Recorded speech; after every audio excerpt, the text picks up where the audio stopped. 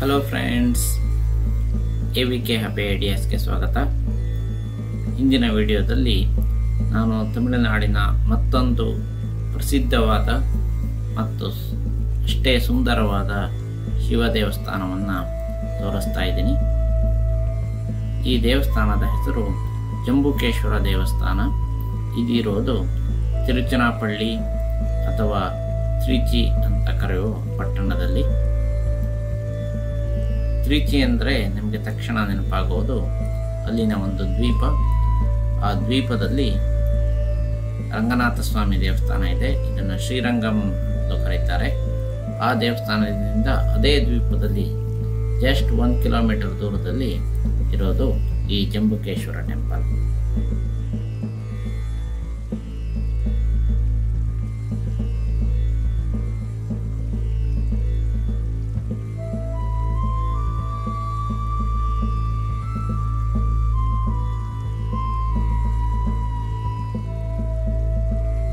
ಈ ದೇವಸ್ಥಾನದ ಆರ್ಕಿಟೆಕ್ಚರ್ ಅಂತೂ ತುಂಬಾ ಚೆನ್ನಾಗಿದೆ.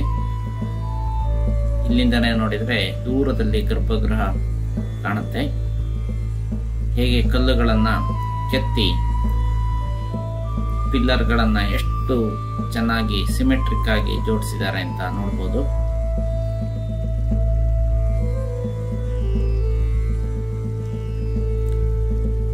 ಇದು ಒಂದು 100 ಕಂಬಗಳ ಮಂಟಪ, ಬಹಳ ಸುಂದರವಾಗಿದೆ. ಉತ್ಸವದ ಸಮಯದಲ್ಲಿ ದೇವರ ಉತ್ಸವ ಮೂರ್ತಿಯನ್ನು ತಂದು ಇಲ್ಲಿ ಪೂಜೆ ಮಾಡ್ತಾರೆ.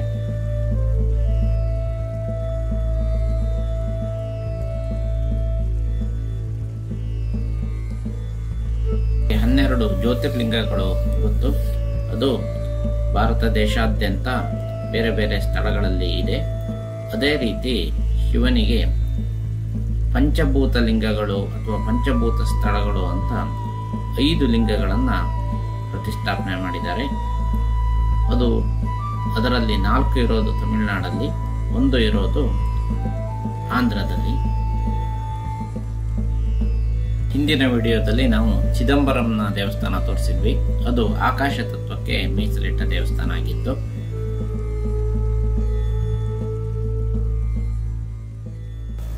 ಮೇಲ್ಛಾವಣಿಯನ್ನ ಒಮ್ಮೆ ನೋಡಿ.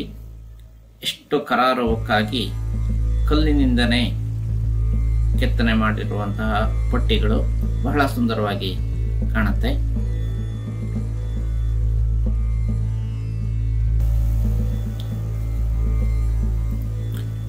ಈ ದೇವಸ್ಥಾನದಲ್ಲಿ ಶಿವಲಿಂಗ ಇರೋದು ತುಂಬಾ ಕೆಳಭಾಗದಲ್ಲಿ, ನೆಲಮಟ್ಟದಿಂದ, ಆಲ್ಮೋಸ್ಟ್ ಅಂಡರ್ಗ್ರೌಂಡ್ ಅಂತಲೇ ಹೇಳ್ಬೋದು. ಈ ಶಿವಲಿಂಗದ ಸುತ್ತಲೂ ನೀರು ಬರ್ತಾನೆ ಇರುತ್ತೆ. ಸುಮಾರು ಗಂಟೆಗೊಂದ್ಸಲ ಈ ನೀರನ್ನ ಪಂಪ್ ಮಾಡಿ ಹೊರಗಡೆ ಹಾಕ್ತಾನೆ ಇರಬೇಕು. ಆದ್ದರಿಂದ ಈ ಲಿಂಗವನ್ನ ಜಲತತ್ವಕ್ಕೆ ಮೀಸಲಾದ ಲಿಂಗ ಅಂತ ಕರೀತಾರೆ. ಇಲ್ಲಿ ಪಾರ್ವತಿ ಒಂದು ಶಿವಲಿಂಗವನ್ನು ಮಾಡಿ ಕಾವೇರಿ ನದಿಯ ಪಕ್ಕದಲ್ಲಿ ಪೂಜೆ ಮಾಡಿದ್ರು. ನೋಡಿ ಫ್ರೆಂಡ್ಸ್, ಎಷ್ಟು ಚೆನ್ನಾಗಿ, ಎಷ್ಟು ಸಿಮೆಟ್ರಿಕಲ್ ಆಗಿ ಇದೆ ಆರ್ಕಿಟೆಕ್ಚರು, ಕೆತ್ತನೆ, ಶಿಲ್ಪಕಲೆಗಂತೂ ಈ ದೇವಸ್ಥಾನ ಹೇಳಿ ಮಾಡಿಸಿದಂಥ ದೇವಸ್ಥಾನ ಆಗಿದೆ.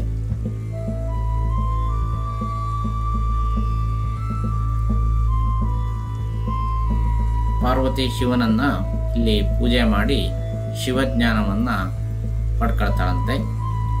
ಇಲ್ಲಿ ಪಾರ್ವತಿಯನ್ನ ಅಖಿಲಾಂಡೇಶ್ವರಿ ಅಂತ ಕರೀತಾರೆ. ಇಲ್ಲಿ ಪಾರ್ವತಿ ಸ್ಟೂಡೆಂಟ್, ಶಿವ ಗುರು ಇದ್ದ ಹಾಗೆ. ಆದ್ರಿಂದ ಇಲ್ಲಿ ಕಲ್ಯಾಣೋತ್ಸವ ಏನನ್ನು ಮಾಡೋದಿಲ್ಲ ಈ ದೇವಸ್ಥಾನದಲ್ಲಿ. ಈ ದೇವಸ್ಥಾನವನ್ನ ಕಟ್ಟಿದ್ದು ಅರ್ಲಿ ಚೋಳಾಸ್. ನಾವು ತಾಂಜಾವೂರಲ್ಲಿ ದೇವಸ್ಥಾನವನ್ನು ನೋಡಿದ್ವಿ, ಅದು ಮಧ್ಯಮ ಚೋಳಾಸ್ ಕಟ್ಟಿಸಿರೋದು. ಅರ್ಲಿ ಚೋಳಾಸ್ ಅಂದ್ರೆ ಕ್ರಿಸ್ತ ಪೂರ್ವಕ್ಕಿಂತ ಬರುವಂತಹ ಚೋಳಾಸ್. ಅವರೇನು ಅಷ್ಟು ಸ್ಟ್ರಾಂಗ್ ಆಗಿರಲಿಲ್ಲ, ಆದರೂ ಕೆಲವೊಂದು ಕಡೆ ಅವರ ಹಿಡಿತಾ ಇತ್ತು. ಅವರು ಈ ದೇವಸ್ಥಾನವನ್ನು ಮೊದಲನೆಯದಾಗಿ ಕಟ್ಟಿಸಿದರು. ಆಮೇಲೆ ಸುಮಾರು ರಾಜರು ಬಂದು ಈ ದೇವಸ್ಥಾನಕ್ಕೆ ಫರ್ದರ್ ಎಕ್ಸ್ಟೆನ್ಷನ್ ಅನ್ನ ಮಾಡ್ತಾ ಹೋದರು.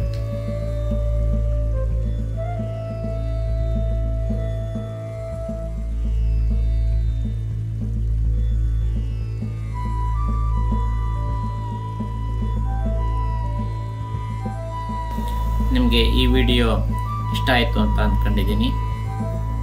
ಜಂಬುಕೇಶ್ವರ ದೇವಸ್ಥಾನ ಶೇರ್ ಮಾಡಿ, ಲೈಕ್ ಮಾಡಿ.